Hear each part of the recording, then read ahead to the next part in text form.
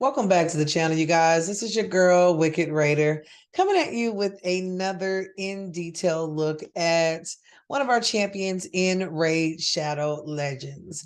This is actually one of those champions that I didn't realize how often I was actually seeing this guy's picture pop up.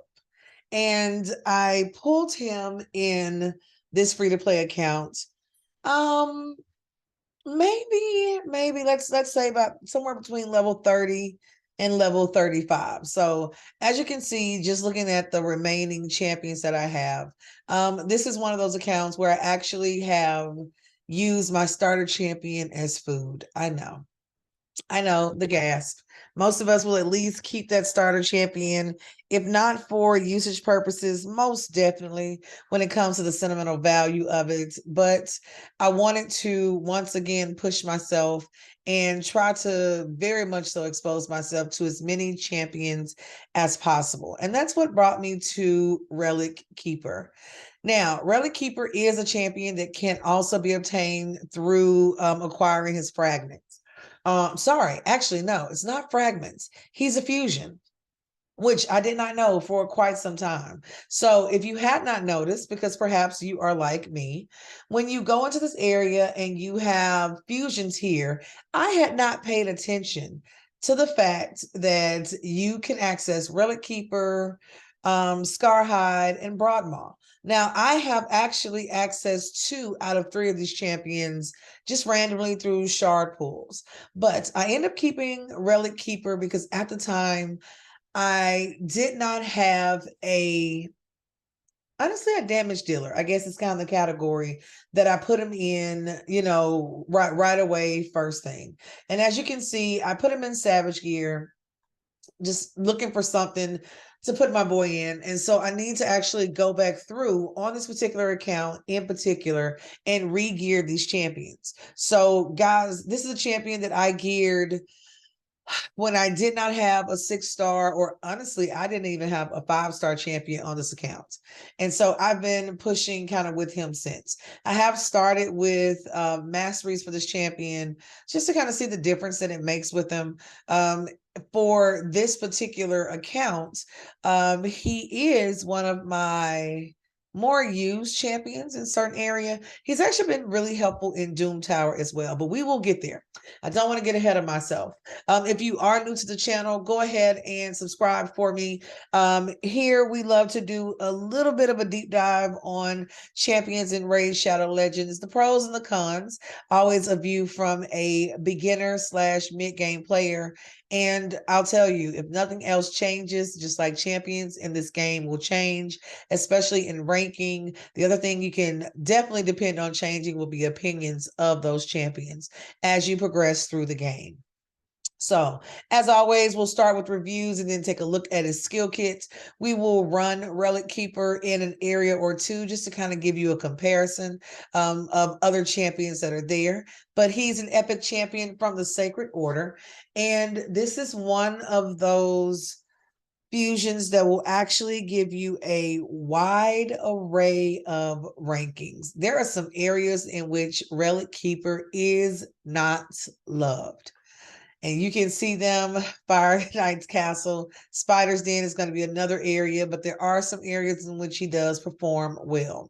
Now, I will tell you, as always, Hydra, Iron Twins, and Sand Devils Necropolis are 3 areas that I don't really take into consideration when thinking about ranking my champions. Faction Wars, I have definitely found him to be helpful in, mainly because for me, Sacred Order champions are kind of hard to come by.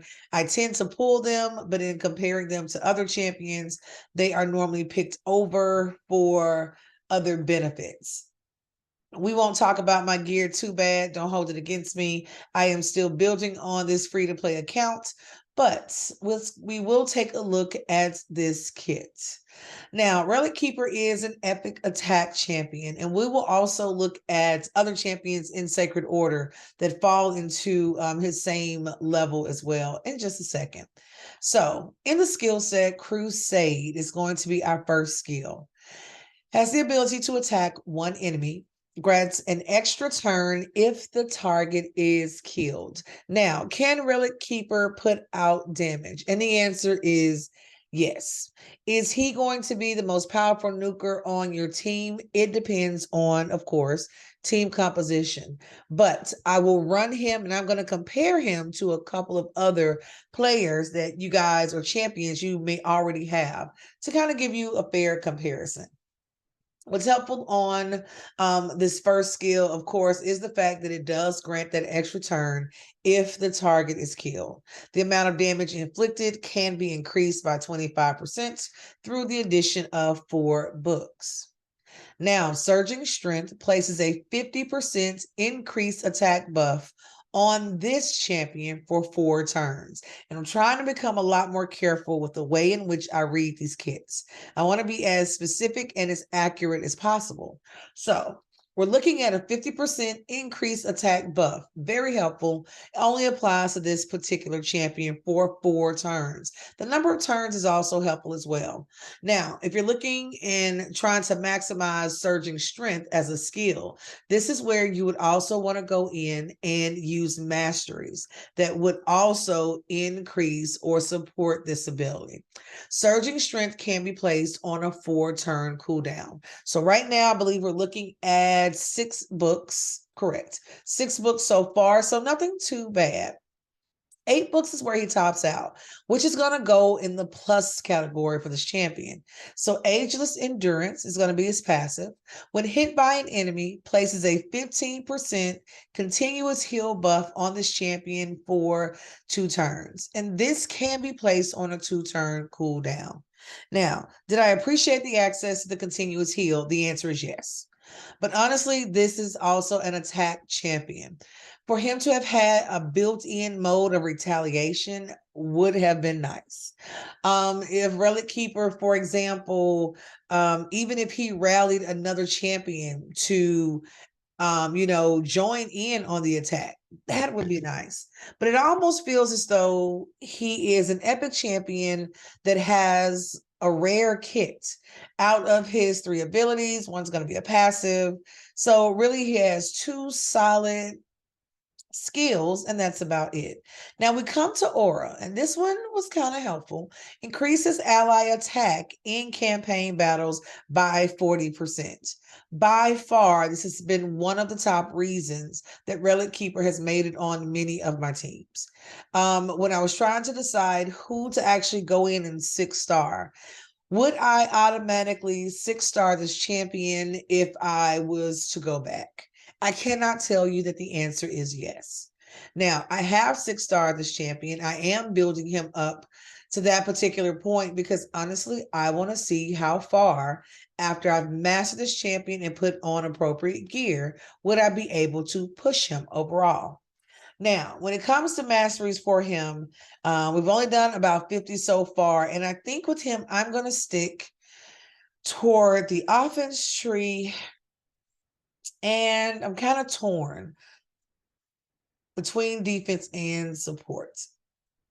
I may do defense only because I definitely want to keep him alive. Oh, his speed. Would love to speed him up just a little bit. He doesn't have to be, even close to being the fastest on your team. Most champions from Sacred Order are not going to fall into that category. And so that's going to be another area. So between picking with attack, I'm going to go, of course, with crit rate. Maybe because he is popping out that continuous heal.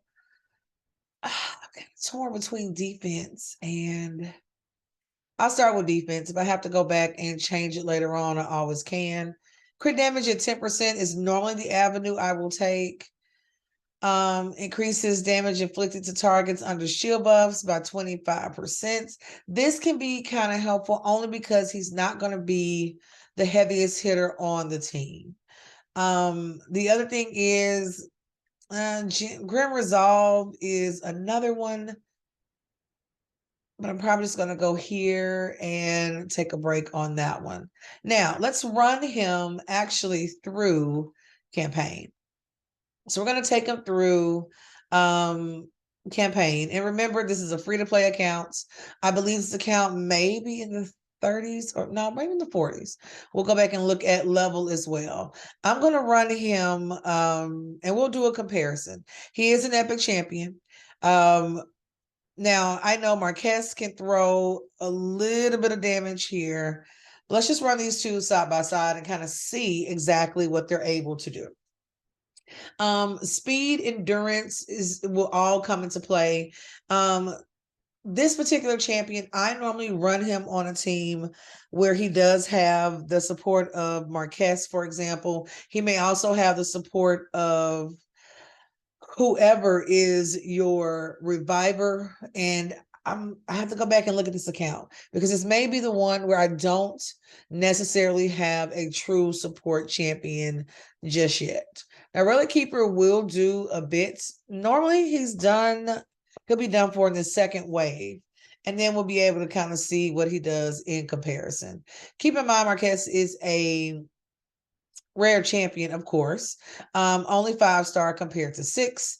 The amount of damage, and she went down kind of early. Now, if I want to compare that to the amount of damage we're going to see with Rhonda, let's go in and see what my guy can do. So this is kind of comparing a level 5 legendary to a 6-star, almost maxed out epic champion. And so these two actually, they may make it through this second wave.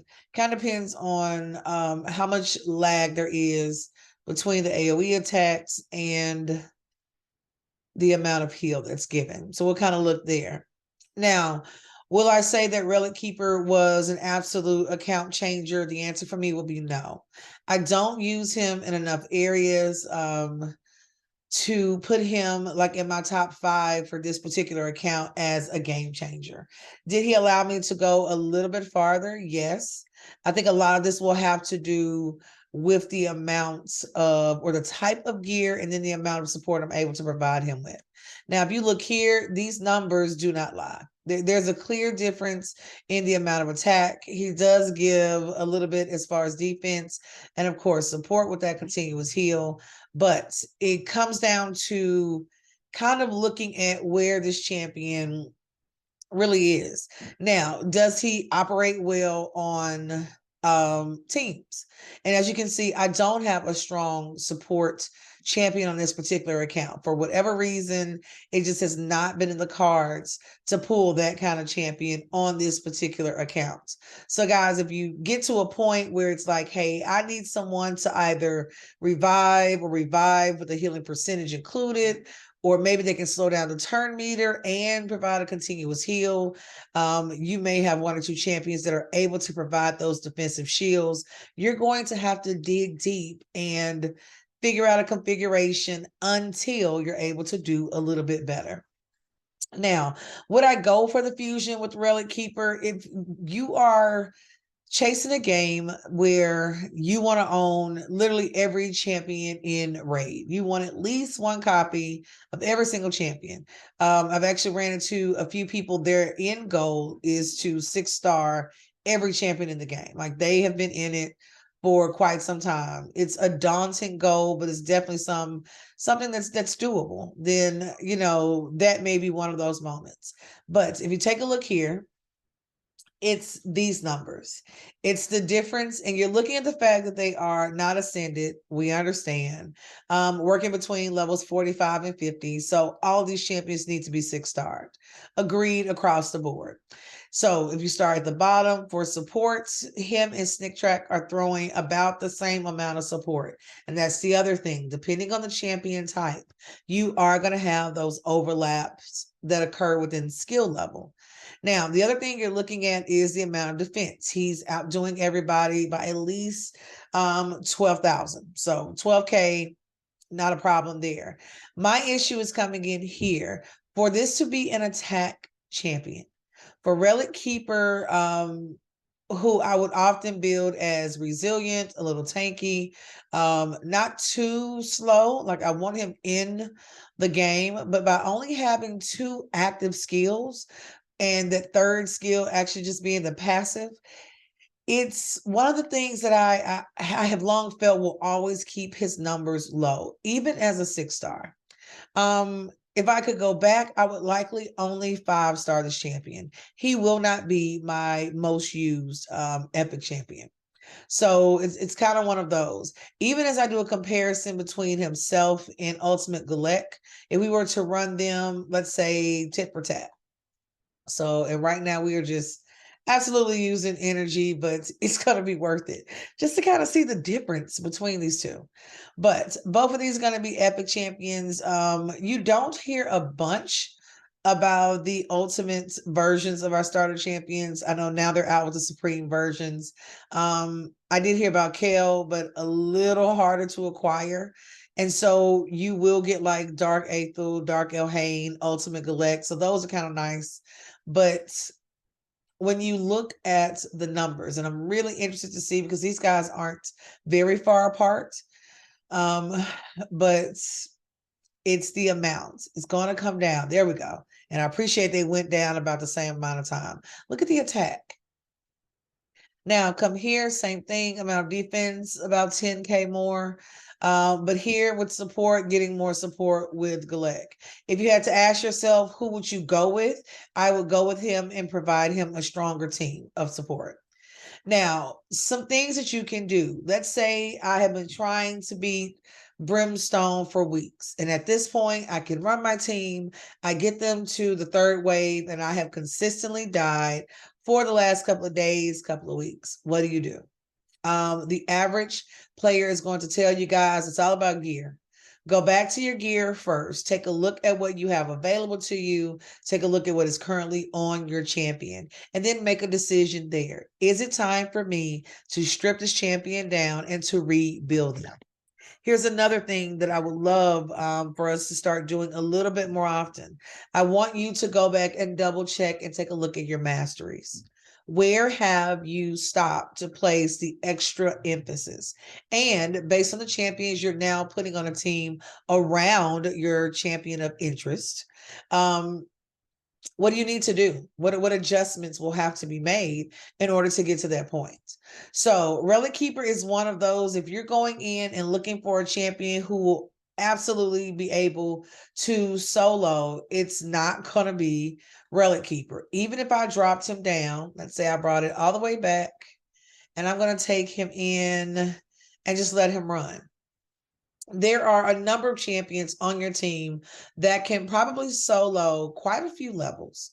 Maybe perhaps you've never tried. I know a lot of people just the thought of trying to get a champion to solo wave after wave is just mind numbing to them. But your champions will absolutely get to that point.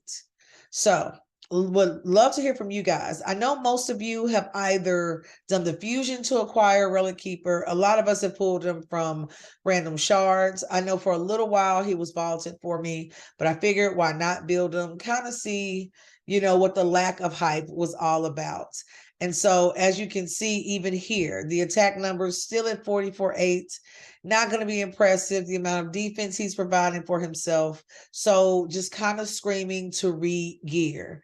What I will do with these champions that I've done an in-depth review on, if I have the opportunity to go back and actually re-gear those champions, I'm going to do a comparison between the initial video and then kind of an update on where they are as far as progression now. If you have stayed around this long, guys, go ahead and press that subscribe button. We made it to 100 subscribers. I am so excited. It took a minute kind of to get a feel for what I want this particular account to be, the potential of it overall, but I am definitely excited about the things that I'm seeing and the things that I want to talk about. I surely want to push and do deeper dives on champions such as this, especially when we're in a CVC or a tournament time.